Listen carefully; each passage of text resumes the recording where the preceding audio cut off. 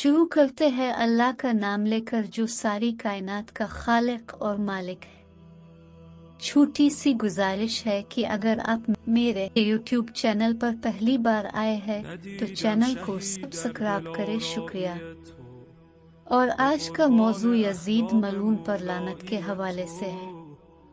तो जैसे कि आप सब ने अक्सर सोशल मीडिया के मुख्तलिफ प्लेटफॉर्म्स के ऊपर यजीद मलून पर लानत के हवाले से सुना होगा, दूसरे मसालिक के जो नाम निहाद मुसलमान है वो अक्सर ये कहते नजर आते हैं कि यजीद मलून पर लानत नहीं भेजना चाहिए। और वजह क्या है?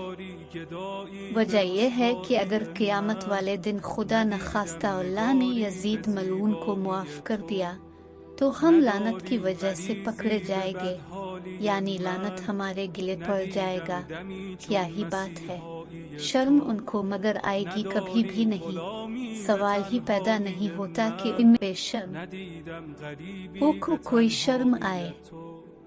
और इनमें से एक तबका तो कुछ ज्यादा ही आगे निकल चुका है, और ये तबका यजीद मलून को खलीफा और अपना पीर व मुर्शिद मानते हैं। और पाकिस्तान में अक्सर इनको यजीद मलून के दिफा में रैलियां निकालते हुए भी देखा गया है। दरअसल बात पता है क्या है? बात दर हकीकत ये है कि ऐसे लोगों के खून में सदियों से एक नजासत चली आ रही है, और उस नजासत का ताल्लुक डायरेक्ट यजीद लईन से जाकर मिलता है।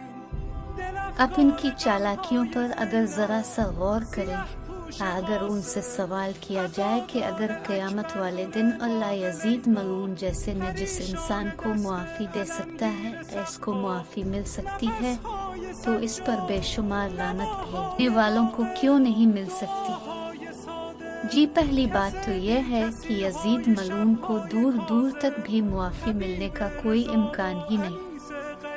और अगर बात की जाए यजीद के मानने वालों की, तो बगैर किसी सवाल और जवाब के उनको क़यामत वाले दिन यजीद मलून के साथ ही उठाया जाएगा। और रही बात लानत की, तो यजीद पर आज भी ये लानत, कल भी लानत और ता क़यामत लानत। इन बेशर्मों के नजिस खून में अहले बैत के लिए कीना कई सदियों से चलता आ रहा है, और ये लोग इसी नजासत के साथ दुनिया से रुखसत होंगे। बेशक अल्लाह जिसे चाहे हिदायत देता है और जिसे चाहे गुमराह कर देता है।